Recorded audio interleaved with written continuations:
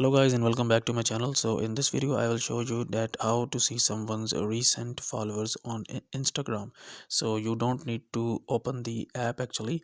Open up your Chrome browser and go to www.instagram.com and log in your account. And then let's suppose that I want to see her recent followers.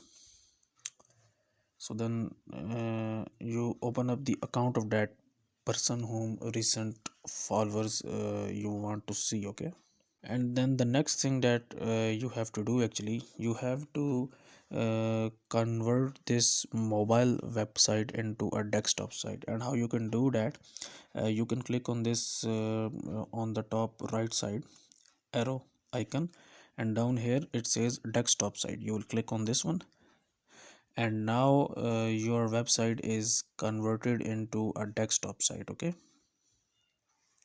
now you can zoom in and you will tap on her followers like this one.